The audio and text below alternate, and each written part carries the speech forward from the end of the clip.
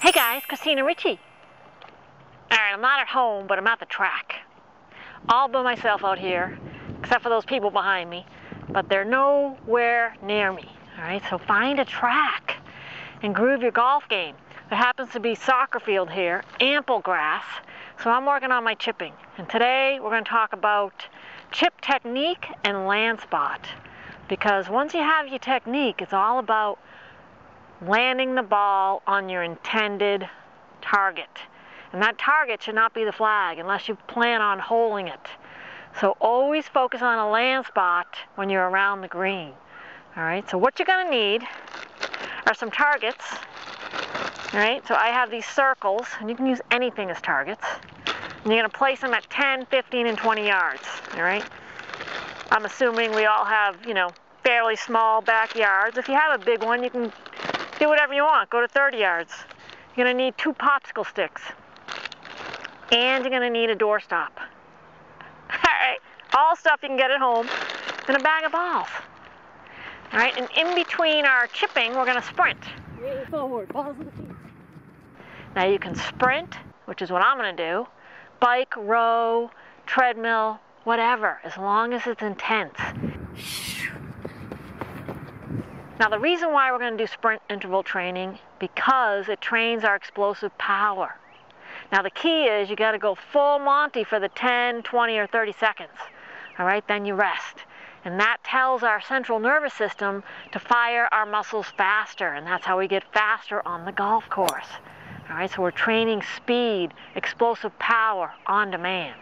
That's why I love sprint interval training. And you're going to do it for either 10, 20, or 30 seconds. I'm going to try for 30 seconds. I'm going to do 10 rounds of 30. And I'm going to rest 2 minutes between. And in between, I'll be back here doing my chipping. You ready? Let's get to it.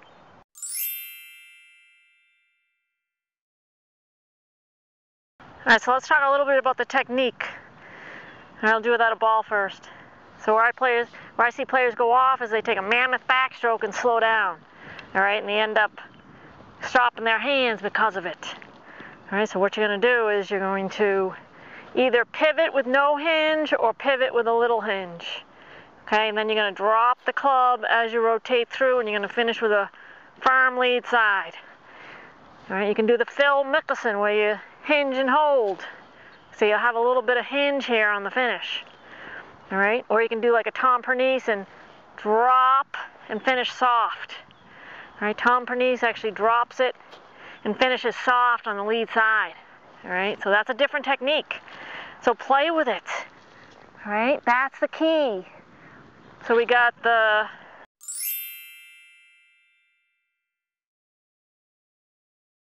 before you sprint or do any sort of intense sprint interval training, you have to warm up. You have to.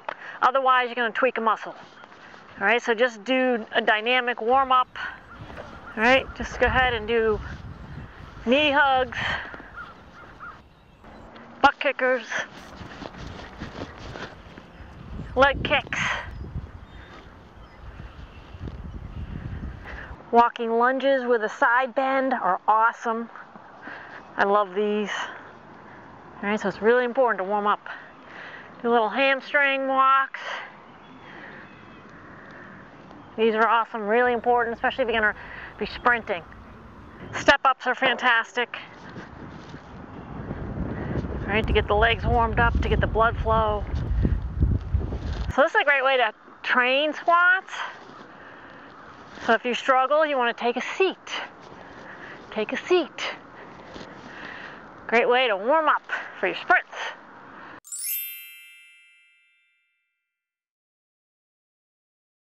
I'm going to give you guys 4 options to chip. If you're a newer player, just go ahead and pivot back and through. If you struggle with your chipping, highly recommend this. So I'm just pivoting my chest.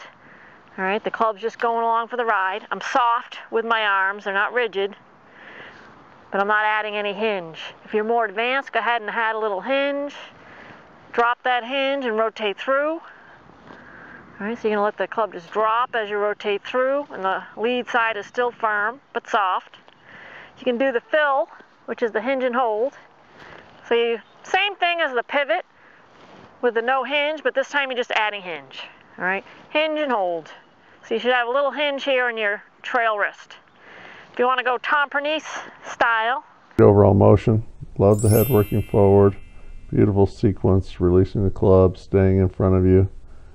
Just the handle back, late set, certainly not going to hurt you on a big swing, but it may on a really super short one.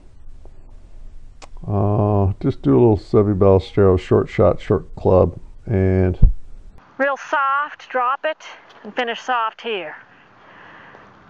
All right, so he finishes soft on this side. He's really letting the club just drop, and he's finishing soft. All right, so experiment and see what works best for you. Everyone's different.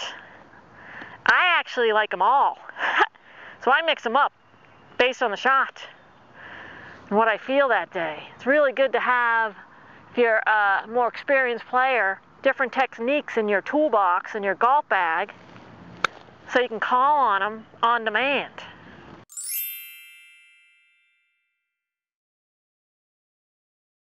So just a couple tips for sprinting.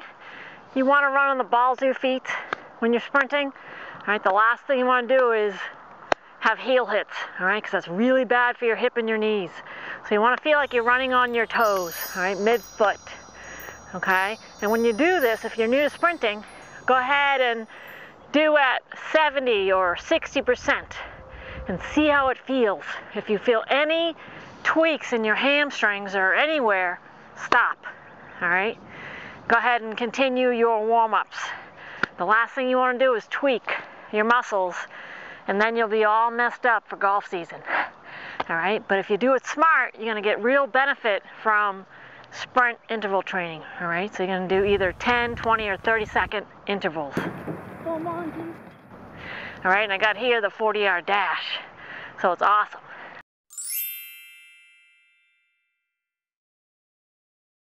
All right, so your goal is to strike the ball. I'll do it without a ball first. Between the chopsticks. All right. So if you're too steep, you'll hit the chopstick on the outside. And if you're too shallow with your chips, you'll hit the inside. All right, so this is really good to train your approach with your chip shots. All right, so just create a nice gateway. Give yourself a good half an inch between the popsicle sticks. All right, and your focus is to land it in the 10, 15, and 20. All right, it's all about land spot when it comes to chipping. Oh, almost. Ideally, you want to land it in the circle just for fun. Go, go, go. Oh, nice. That's awesome. And now I'm going to go for the 20. Now it's land. You got to land it in the 20. 20. Ooh, camera. Oh, I almost hit the camera.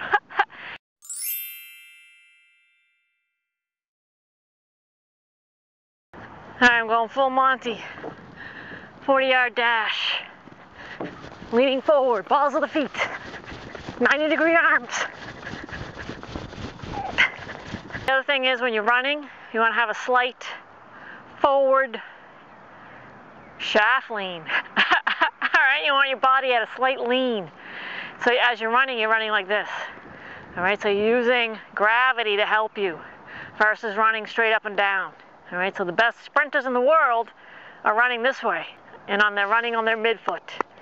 All right, arms 90 degrees, super loose, fist to the sky, really pumping them, keeping them close to your sides. All right. All right, what else we got? That's it. All right, so let's get sprinting.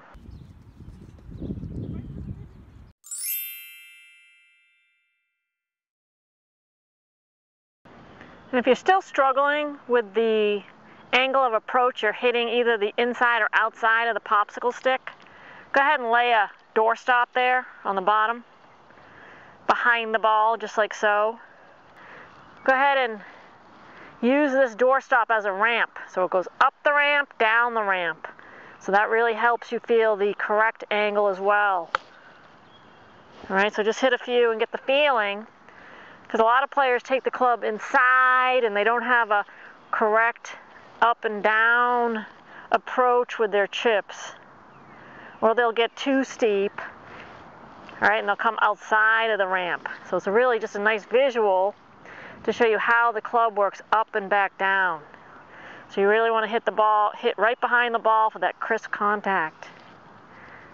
You don't need to have the doorstop too close.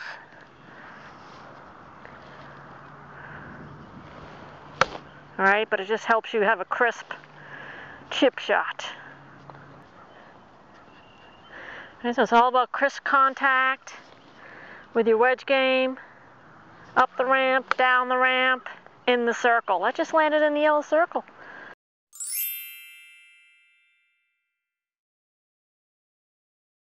Another really important point.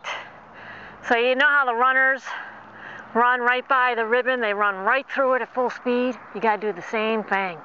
All right, so the last thing you wanna do when you're sprinting, the very last thing, is come to a dead halt. All right, because you're gonna really tweak something. So when you run, you're gonna run right through the ribbon, and then you're gonna slowly ramp down. All right, so be safe with your sprint interval training when you're running, all right? If you have any questions about this, leave a comment, and I'll be sure to answer in future tips. Right through the ribbon, right through the ribbon.